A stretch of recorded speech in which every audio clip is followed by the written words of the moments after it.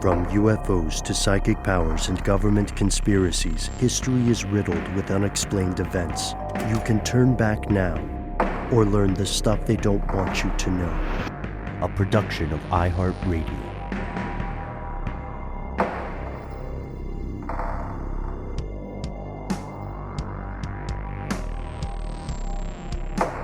Hello, welcome back to the show. My name is Matt. My name is Noel.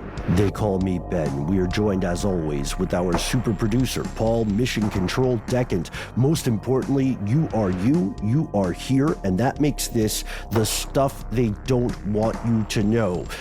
We are required to say, look, we made a book, check it out. You can also hear it as an audiobook. You can also see us live. We are going on the road in a couple of places, and we would love to hang out with you in person. On October 11th, the day the book comes out, we'll be here in Atlanta. On the 13th, we'll be in DC, and on the 14th, we will be in Massachusetts. Check out stuffyoushouldreadbooks.com to find more, and definitely come and see us. Please, if you're even close, come and see us. We'd love to see you. And for everyone who has written to us or reached out to us as individuals or on our show, social media, asking us to go to other cities, other countries, we're with you. Make a bigger stink about it. Get your friends to say the same thing. Fight the power. Today, we're going to do, I was recently watching the newest Rick and Morty season, and I love the way that they describe things, and they can be a bit meta, which isn't for everyone, but I love those moments where Rick, voiced by Justin Roiland, says something like, it's a one and done. We're going to have a simple adventure, Morty, it's just one and done. Classic Rick and Morty. That's kind of what we're doing. Recently, you may have heard claims about how the United States lied about its stance on UFOs. That is absolutely true. You've probably also heard about other governments doing the same. That is also true. But today's episode concerns a recently disclosed photograph that has garnered a lot of attention in the world of ufology. Shout out to our pals like Chris Cogswell from Mad Scientist Pod. Also, shout out to our colleagues at the Breakfast Club who have also, it turns out, discussed this. But before we do our big reveal and give you our opinions, folks, we've got to start at the beginning. Here are the facts. I'm sorry, it's a womp womp moment. There are, as of now, no proven photographs of alien spacecraft, but there are tons and tons and tons of photos of UFOs. Riddle me this, what's the difference there? Well, there are photos and videos, right? And recently the videos have been making a lot of news. The thing is, they are UFOs, or now UAPs, unidentified aerial phenomena.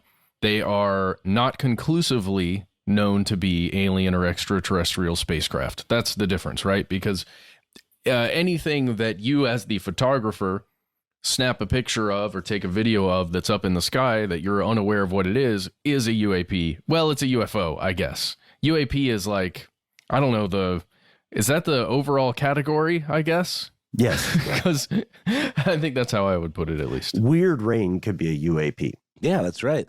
An oddly shaped cloud, perhaps. But gentlemen, we've got all these photos, unproven, of course, and now these, Tic Tac videos and all of that. But what about antiquity? What about art? What about things that maybe we didn't really, with a keener eye at the time, realize may have actually been depicting UAPs or UFOs? Yeah, that's, what that reminds me of is the old question, to whom does a work of art belong? Does it belong to the owner? Does it belong to the creator? Does it belong to the audience? Those who perceive it.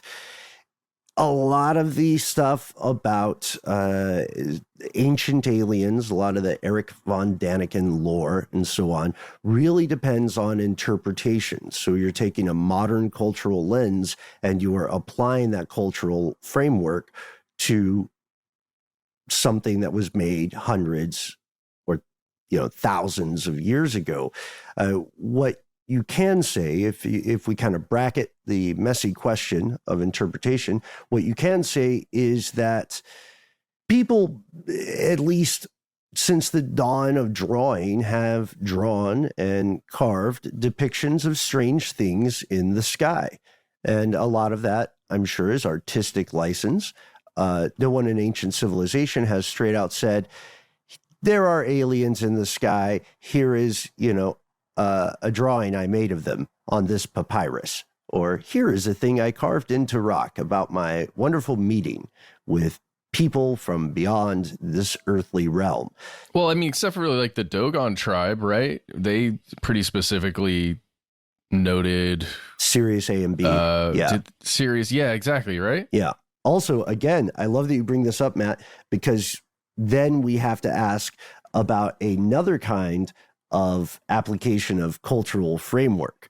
The people who originally reported the Dogon story to the wider world were European and may have brought some of their own interpretive baggage, let's say, to the story. We should actually do an episode on the Dogon. We've mentioned them in the past multiple times, but it bears investigation. Already we're talking UFOs, right, guys? So some of our more skeptical conspiracy realists may be rolling their eyes. But if you find yourself in that number, if we caught you mid-eye roll with that statement, you might be interested to learn that belief in not just UFOs, but extraterrestrial intelligence is increasingly common. It's less and less rare now. As a matter of fact, if you live in the United States and you believe that extraterrestrial beings have visited Earth, you are in the majority. Yeah, there's a 2021 Pew Research poll that found 51% of people living in this country, the United States, believe, quote, UFOs reported by people in the military are likely evidence of intelligent life outside Earth, unquote. And it makes sense. There's now a modern reference to recent UFO footage, right? Or UAP footage that it's at least at the front of more people's minds. The question there is really, are those craft extraterrestrial or not? And 51% say yeah.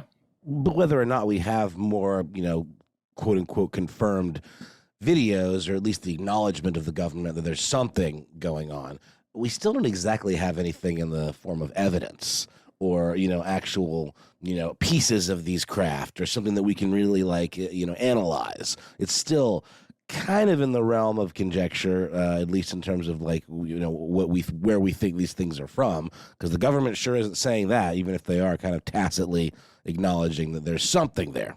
Yeah, we certainly don't have anything that's been publicly acknowledged, right? No physical evidence that's been acknowledged. We've heard tons of stories about that physical evidence that exists somewhere out there, right? But we've never actually seen it. Yeah, it's it's touted as somewhere between a campfire story and a weird, never explained superpower, right? Shout out to Bigelow Aerospace, who have repeatedly publicly stated that they are in possession of materials and artifacts unknown to humanity. And for one reason or another, they have yet to release any physical evidence of those claims to back them up, at least. But if you are a true believer, then you may feel the evidence is everywhere. You may feel that people are, in fact, being willfully ignorant or purposely misleading when they talk about these things. But also, there's an emotional element to it, I would argue, because human beings have been taking photos of unidentified things in the sky for so much longer than people might know. And we're not talking about, the Von Danikens of the world looking at ancient carvings and putting their own spin on it. We're talking about It's actual Viamana spin. right, there we go. Shout it out. I like it. We're talking about genuine photographs. Since the advent of photo technology, people have been trying to snap cool, exclusive pics of weird stuff. I was surprised that the first generally acknowledged UFO photograph dates all the way back to 1871 in Mount Washington, New Hampshire. And I included a picture of this because I would love to get you guys' take on it. I just gave you the image. So no, you're coming in fresh if you haven't seen this. There's no caption. Just tell us what you see. I'll tell you what I see. I see something that appears to be clouds, but is not clouds because of the way they're formed. I'm telling you right now, these things are not clouds. Also, it looks like there's a tiny little cigar-shaped thing in two photographs. It looks to be two photographs that were maybe taken from a flying craft where the photographer is moving horizontally. So you get a slight perspective change, like one shot taken here and the next shot taken a little further along. But dang, it just looks like a manipulated photograph to me. Yeah, it looks like there's some fuzz. You know what I mean? There's some schmutz on the lens, maybe, or something went wrong in the development process of the photo. Still, but look how textured those clouds are. Mm-hmm. It looks like it just looks like a completely different texture than clouds to me. But I don't know. That's just me. Yeah, it looks like tissue paper or something. It's got like this wet kind of textured look to it, or like some sort of fabric. It's very odd. And yeah, and you're right. That little thing, that little blip in the foreground, that doesn't really blend in with the surrounding environment at all. Wait. Are you guys telling me this has not fundamentally changed your opinion on extraterrestrial life and UFOs? It's not enough? Not currently. I'm just trying to figure out how they made those mashed potatoes to look like the most fluffy clouds I've ever seen. It looks like paper mache or something. Like it really does look like glue, kind of like a papery mass that was sort of textured and formed. It's a super low res image too, guys. I've got it blown up like crazy on my screen, so the pixels are doing some blending. But there is one tiny bit of the reported UFO here, alleged UFO, that is on the far left of it that does appear to be similar, if not the same. I don't know. I'd love to see a full res image of that, or at least an original or something. Yeah, this was taken by Amos F. Clow and Howard A. Kimball in 1871. They were on a meteorological expedition, so they weren't out purposely trying to snap photos of anything but weather-related phenomenon. You might be interested to know the photo came into the public eye in 2002. It got purchased on eBay, the original, by a guy named Samuel M. Sherman, who was then president of the Independent International Pictures Corporation. So check that out. Again, 1871 UFO photo, Mount Washington, and let us know your thoughts. We're showing you this just to establish the track record that humanity has with photographing UFOs. And especially in recent years, shout out to our good pal, Jeremy Corbell, there have been even more, let's say, high fidelity photographs and video coming out that people appear to be at a loss to explain. Also, when you're talking about mysteries, I was not aware of this. We don't actually know who discovered the initial principles leading to photography. The two fundamental principles, camera obscura, and the first time that someone said, oh, this stuff changes when you put it in sunlight. those two discoveries date back into antiquity. Right now, as we're recording, all that we know, all that anyone knows, is there is no record of people trying to make photographs before sometime in the 1700s. But I feel like all three of us are probably old hands at looking at UFO photographs, purported photographs of alien craft. And look, a lot of them are proven hoaxes, or they have fairly solid, mundane explanations. Well, it also makes me think of like the Cottingley Ferry photographs that had Sir Arthur Conan Doyle all twisted up and basically got him to kind of publicly embarrass himself. Faking a photograph in those days, and in the early days that we're talking about here, was very, very difficult to do convincingly. So there's also a certain amount of like the power of belief involved too, as there, continues to be today. But I think now we're so jaded by fake images and Photoshop jobs and stuff like that we're all looking at things with much more of a discerning eye. And maybe that power of belief has sort of waned a little bit. Well, it's a really interesting point there, Noel, because if you think of, we always talk about technology as magic, right? Just realized. And when you think about that time frame right after a new technology is being invented and starting to be adopted, there is so much maybe wonder and awe for the layperson that doesn't know about it, right? And it's that magic side of the technology where you're still trying to understand what it is. So I think there's probably a really great window at the beginning of a technology to trick lay people with it. For someone who is, early on in the know about it. I don't know. It just make me think about that with these photographs. Yeah, I agree with you, Matt. Also, yes, folks, that we know the Arthur C. Clarke quote. And I think we agree with it. Technology past some certain threshold is indistinguishable from magic. I'm paraphrasing. I would also advance, I would move that argument you're making a bit further along and say that people aren't necessarily trying to trick one another in that window of wonder. Let's call it that. Inventors and pioneers often end up tricking themselves. History is replete with cases of great inventors who thought their inventions did more than they did, right? It's not uncommon for one human being to find, say, a medicinal application of a plant, right? Or to discover a new treatment for something. And then immediately, just like the guy who invented the practice of chiropractics, they can say, this cures everything.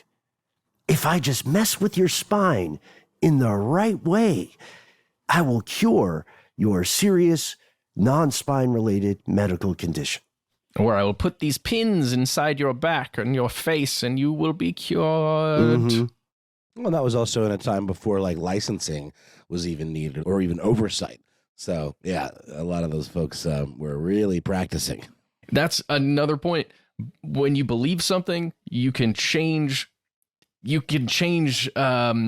not only how you think about it and how you view it, but sometimes how your body reacts to things, right? When you believe something so fully and strongly enough, we've seen that principle. The placebo effect is real. Mm-hmm. Yeah, and appears to be accelerating. I feel like the moment is past, but I'm going to say it anyway because I believe in this thought. It is interesting that no one needs a license to take a photograph. It is Orwellian to imagine a world where something like that is the case, but that's another thing that must be considered when we're talking about photographs of things that appear inexplicable or strange. The people who take these photographs are not necessarily professional photographers, and they don't have to be. There's no waiting period or background check when you buy a camera. Most people have cameras on their phones, or they have Nokias. Anyhow, there's one photo that garnered a great deal of attention quite recently. Part of this is due to the story behind it. And it's a good story. This photo was also kept from the public for years. There's a bit of state security around it that's often misreported. And then part of it is due to just look at it, folks. All you have to do is pull up Calvine UFO Scotland. You can add photo in there if you want to enhance your search. But what you will see is, well, you know what? Let's pause. Let's pause for a word from our sponsor. Give all of us a chance to look at it. We'll be back to explore this question. What is the Calvine UFO?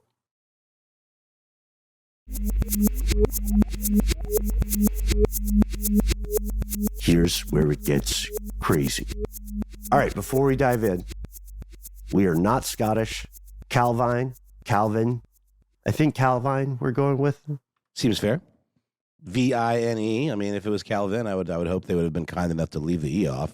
Well, initial reactions. I know this is not the first time the three of us have looked at this photograph. What do you guys think? I will say it. It looks cool. It looks like a steampunk dirigible, honestly. Yeah, it's a cool photo. There's no question about it. No such bizarro cloud shapes and textures. The thing is, it's almost diamond shaped. It's like a squashed diamond, which, if you'll recall, I've often recounted my my would-be potential sighting of a UFO in Nebraska, and it was a diamond. This is really like triggering me because it really looked very similar to this, and it had the similar distance on the horizon.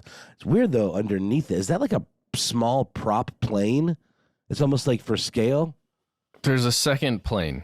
Well, it's maybe a fighter jet, right? It might be a Harrier, right? Right, possibly. It's interesting, Yeah. for But yeah, scale. there's right, and because they couldn't get a banana up into the sky, so they got a human-made craft. Yeah, this is called the Calvine photograph. It looks like a jet, like a fighter jet, as we said. A Harrier jet's very similar thing. We owe a lot of the work on this to a journalist and associate professor at Sheffield Hallam University, one Dr. David Clark. Clark eventually brought this photo to the world. And before we dive into his story, let's give you the background, the facts as we know. On August 4th, 1990, two hikers who have not been publicly identified and will not be publicly identified for many years, they were on this hillside, per their story, near Calvine. Calvine's about 35 miles northwest of a place called Perth in Scotland. And these hikers see this metallic object, and from what they told the press, they could tell it was metal. And it would look to be about 100 feet long from their observation. And they associated it with this low hum. And they watched it, not briefly, they watched it for 10 minutes. And then they saw the fighter jets. Yep. Well, which makes you think, well, perhaps those fighter jets were dispatched to that object because the military was aware, right? That's at least... That's reasonable speculation. Right? That's the story your mind generates. And then also, according to the story, these guys, after they took the photographs, they sent them over to a publication called the Daily Record, which, if you really think you've got something, you probably would send it out and try and get it published somewhere, maybe. I mean, what, in the hopes of getting paid? Either in the hopes of getting paid or just in that moment of wonder that we're talking about, like, wow, this is amazing. Look at this thing I discovered. Maybe it's real and aliens are real and I need to tell the world, or maybe even I could get paid, or at least I could get famous. Yeah, it's a good way. I guess I'm just still stuck on Nope a little bit. That movie is all about getting that money shot, and getting paid and becoming famous for your discovery. I just wonder if any of that was running through their minds as well. We cannot know because we do not know their identities. That's and they have never made a public statement about it. They sent the negatives of the photos to a newspaper, Scotland's Daily Record. The paper then sent those photos to the Ministry of Defense, and the Daily Record didn't publish the photos.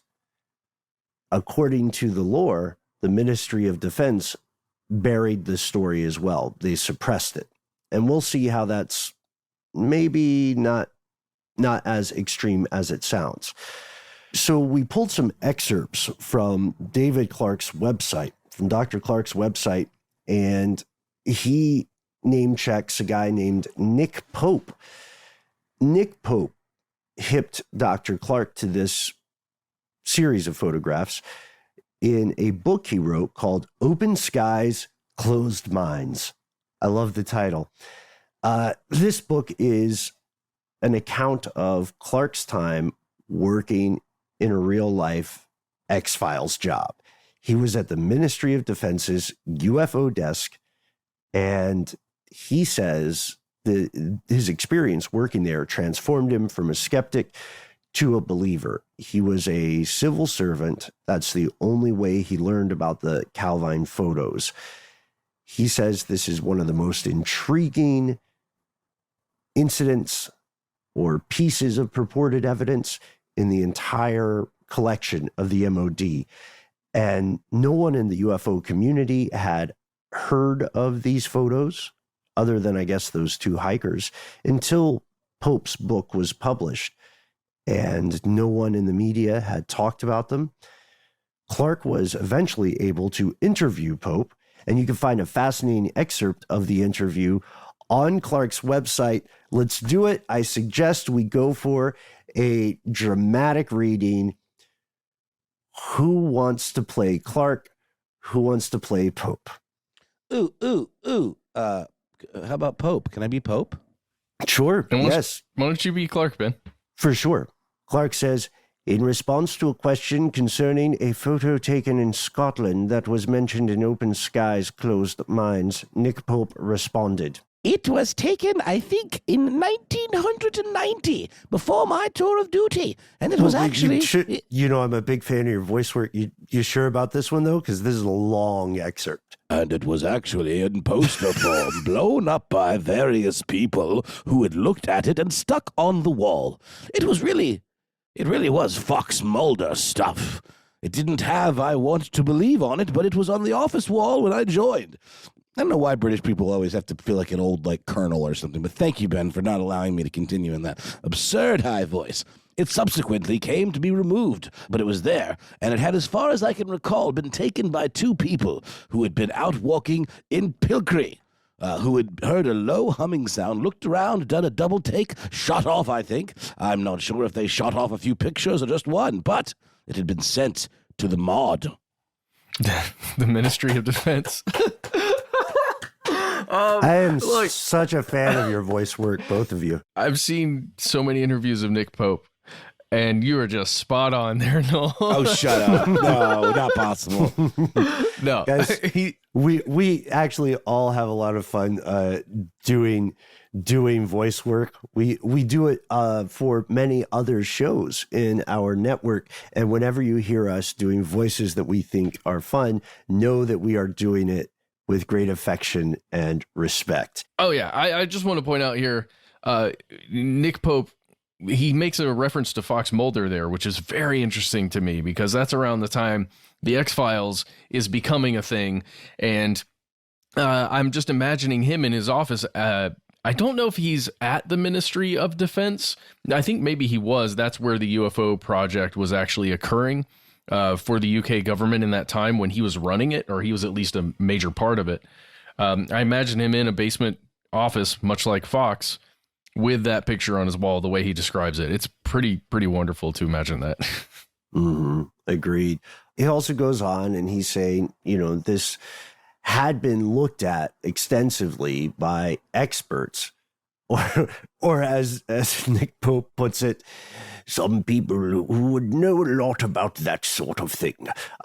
And they said, these are MOD experts or consultants at least, they said this looks like a solid structure, an object, not weird weather. It doesn't look like a hoax to them. And they have been able to make some guesstimations about its size. They started speculating on aerodynamics, propulsion, and things like that. And there was a perception in certain quarters that this was for real, that it was a good one. And I think that's so cool the way he's talking about it, because this photo essentially became office art and no one was sure what it was, but they thought it was cool.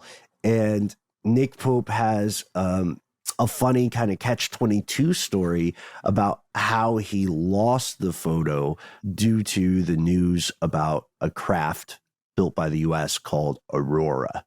Mm-hmm. I just want to point out, I don't know how they can make any assumptions about how large that craft is. I don't understand that. I think, I'm with you. I think, to be honest, and there's not a ding on the folks making those speculations, it feels almost to me like it was water cooler talk or tea time talk. Maybe they got around the poster, right? And they're going, by Jove, look at that shape. How do you think it moves? And someone else says, I imagined some sort of propulsion system. Just having a quick bite of their egg salad on rye. Watercress. Oh, jeez. Oh, jeez. Yeah, the Queen's dead. Wow, yeah. Old woman passes away peacefully in sleep. That should have been the headline there. I know there's history involved. People, it seems like people die every day. I know. It's like she was surrounded by loved ones. There is a massive legacy there, and it is fascinating that on the planet there is a new king in 2022, which is very fascinating. That's pretty nuts. And a new prime minister, like within weeks. And Henry Kissinger still kicking. Henry Kissinger is still around. I am plugged in. I get news alerts just in case. He's 99 years old. I will be turned into a different body when my time has come. Yes, just so. I think the deal he made is he got 10 extra minutes of life added to his span for every innocent person who died as a result of his actions. I thought you were going to say war crime he encouraged. He's a war criminal. I don't even know if the U.S. would storm The Hague for him, to be honest. Well, they'd have to. They would legally have to. But yes, we are not meaning to sound callous or cold. For 70 years, Queen Elizabeth II reigned over the United Kingdom and its territories, which means that possibly she was aware of this photograph, brought it back. Probably not. Probably if you are a monarch of an empire like the UK, you probably have other stuff that you have to worry about. I'm going to say, I think if you're a monarch, you have a great deal of interest in potential extraterrestrial life and or secret technology like that. I think the Queen was all over this photo. You think so? Yeah. Maybe. All right. You know what? Let's go with it. Yes, and Matt. Yes, and she was not just interested, but she was the one who ordered the cover up. Because she's the one who took it. She took it. She liked the poster and put it in Buckingham Palace in a secret room of cool posters. Mm-hmm. That's most of the palace actually is that secret room, and it's just posters. That's the big secret. I bet the Queen had a secret chill spot, with couches, of course, and like a beer fridge and like a neon sign, and like X-Files posters and stuff like that. Where she could just I hope she had like unwind, a lava lamp, a snooker table, perhaps some foosball. Yeah, so much Def Leppard. You know what they call foosball in the UK? They call it flipper. Do you know that? That's cool. No, anyway. All right. No, that makes sense. It makes more sense than foosball, if we're being honest. Agreed. what is the foos? Anyway, yeah, so the Queen's secret poster room chill spot aside, we know that Nick Pope did lose the photo to his boss because they were getting heat from their friends across the Atlantic. There was this debate over what is now called the SR-91 Aurora. And Nick said his boss freaked out and thought, this is a quote from Nick Pope, "Oh goodness, the Yanks won't like us having this on the wall. I'm going to take it down." Because they thought their U.S. colleagues were coming over, and they said, you know, because it could be their the attack. version of oh crap is like, oh dear, you know, we've got to remove this in case it's the thing they made that we're all supposed to pretend is secret, which is hilarious. And he goes through the embassy, Nick Pope, and he asks, I don't know. Let's just do the quote. Let's just, Matt, you want to take a turn at a Pope voice? Sure. I was asking through the embassy, through various specialists, hey, do you guys have a diamond or triangular shaped hypersonic thing, you know, that has a low humming sound and does 0 type 5, no sonic boom? How do you do that? You know, they were saying, no. Do you? Because we have sightings as well, and we were wondering maybe if, you know, it was an RAF, a Royal Air Force plane. And we were saying, oh, I wish we had that.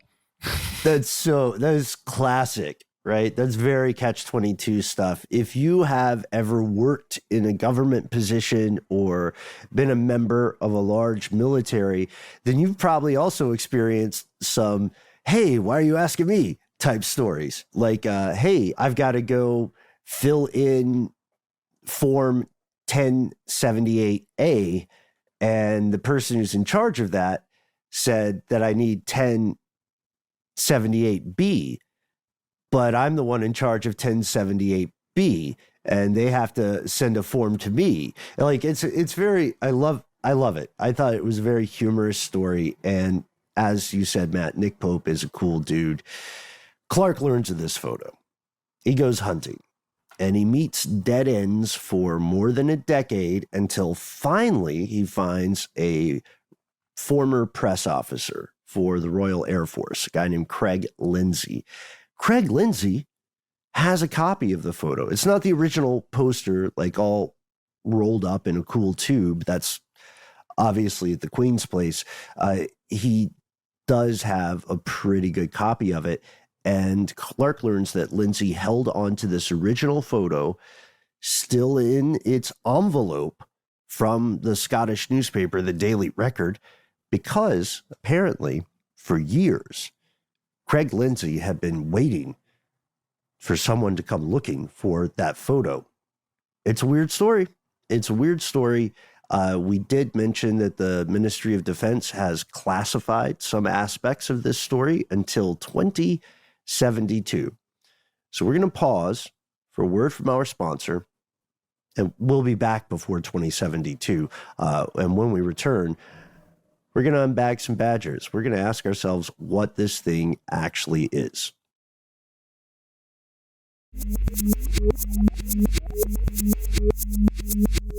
All right, we're back. We're back, and we're bagging and unbagging the badgers of this story. What is this thing? I read a lot of analysis about this. I know we all did. I was really impressed by the statements of a Redditor, and credit where it's due. It's very important. The regular guy 01. We don't know the regular guy. We have not contacted the regular guy. I just feel like this Redditor nailed a lot of the questions that I had, and schooled me a little bit on photography. So thanks to you, RG. I feel like we can just call this person, this entity, RG. So let's look at some of the stuff they point out.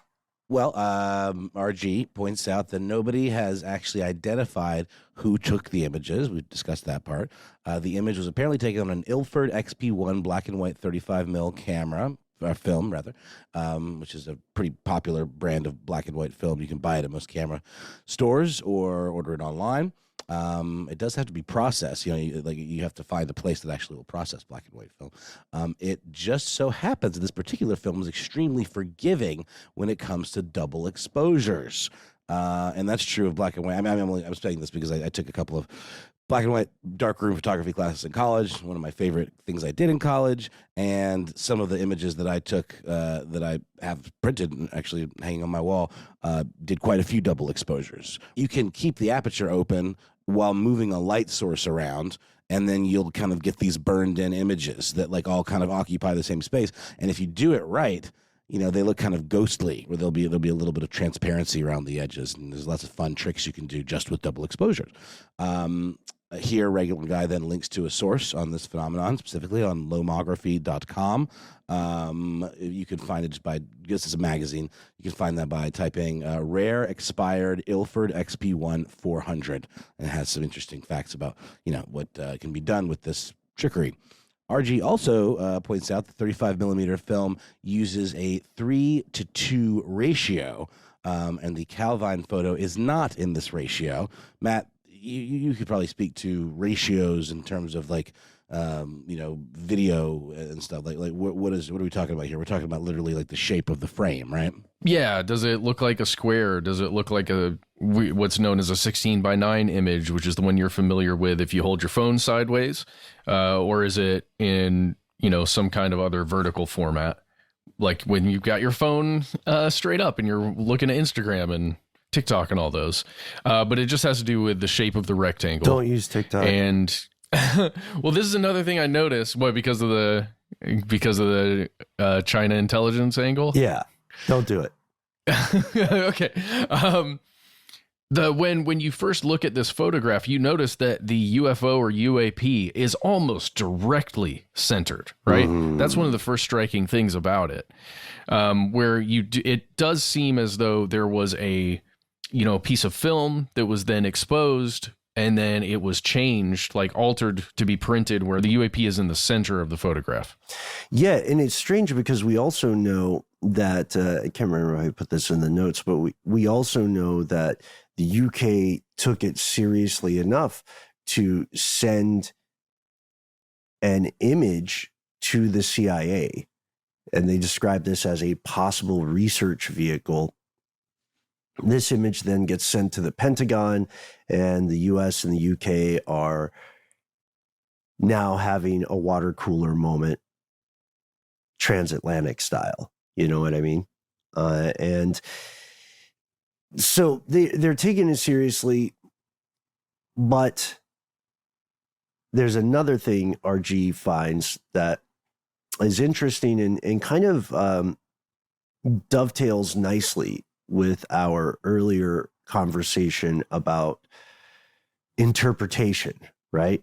And cultural framework.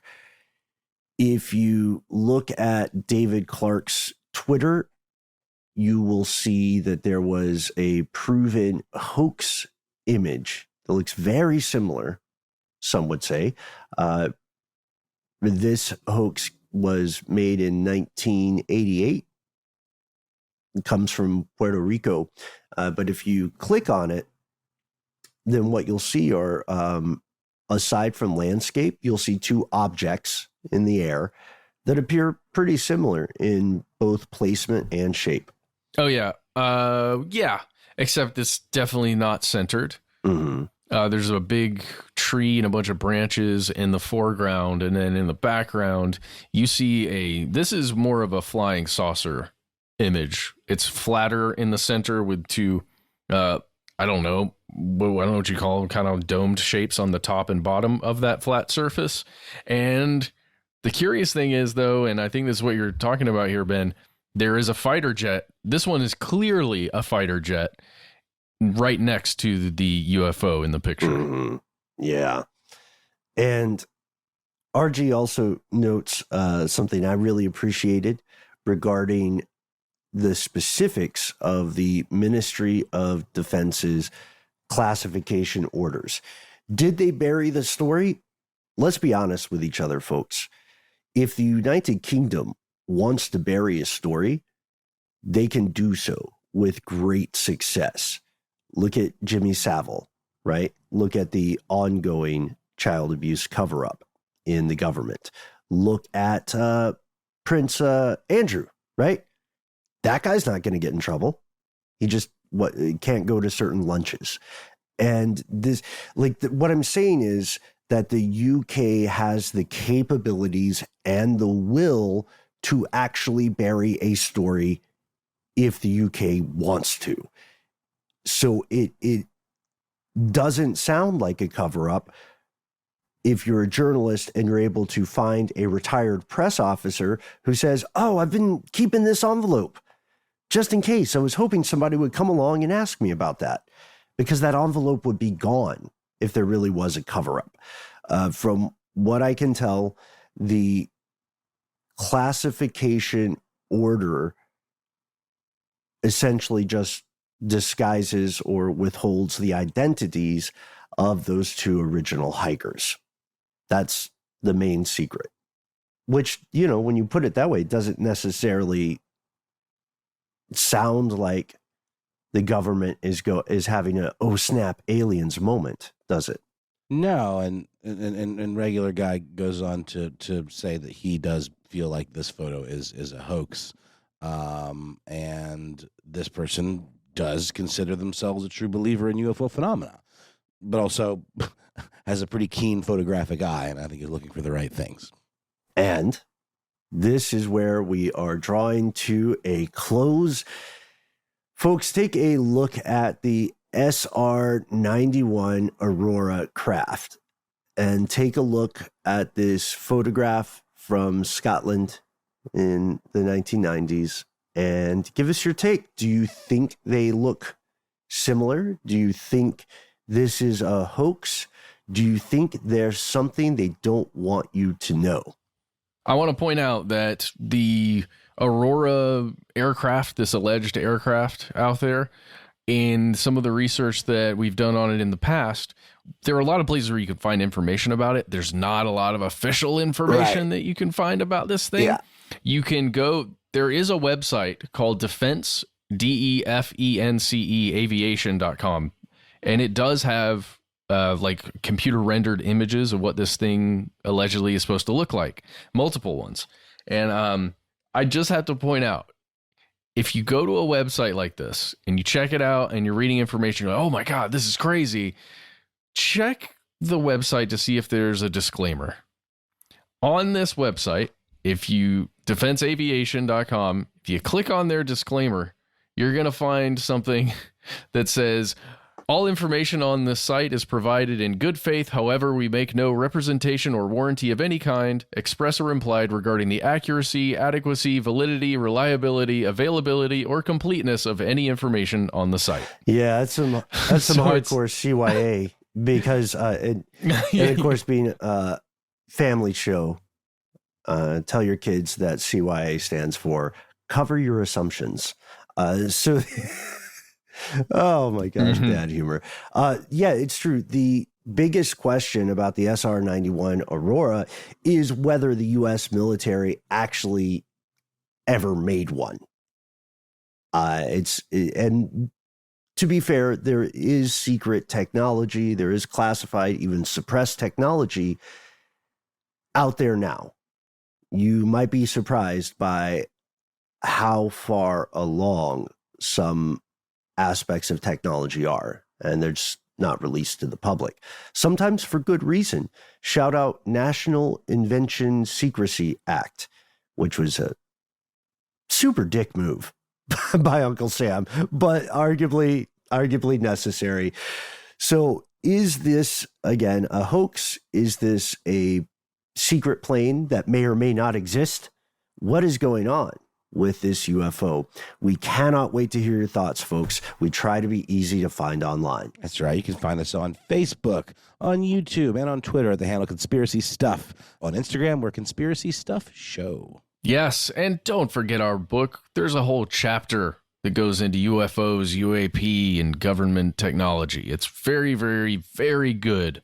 Excellent work, Ben, and Noel, and Matt, I guess, but mostly Ben. Nope. I'm also going to point out that the F-14 Tomcat is perhaps the most badass looking aircraft that was ever produced on this planet. It is just the coolest, especially if you see it kind of from above. Dang, that thing is dope. It's just so good. Okay. You can also call us. We have a phone number. Holy smokes, you're right. The rumors are true. If you want to give us a call, we are only a phone call away. The number is 1-833-STDWYTK. You'll hear a message, you'll hear a beep like so, beep, and then you'll have 3 minutes. Go nuts. Get really weird. Matt, you recently sent a lovely cosign about my dream of living in a billboard. And I listened to it. I thought it was great. We've got to put that on the air next week. And we'd love to put your message on the air too, so long as you give us the okay. Tell us if it's all right to use your name and or voice on the air. Most importantly, if you have a story that will not fit within 3 minutes, then don't feel rushed. Don't feel like you need to keep calling. All you have to do is send us an email, write it out in full. We read every single email we get. Drop us a line where we are. Conspiracy at iHeartRadio.com.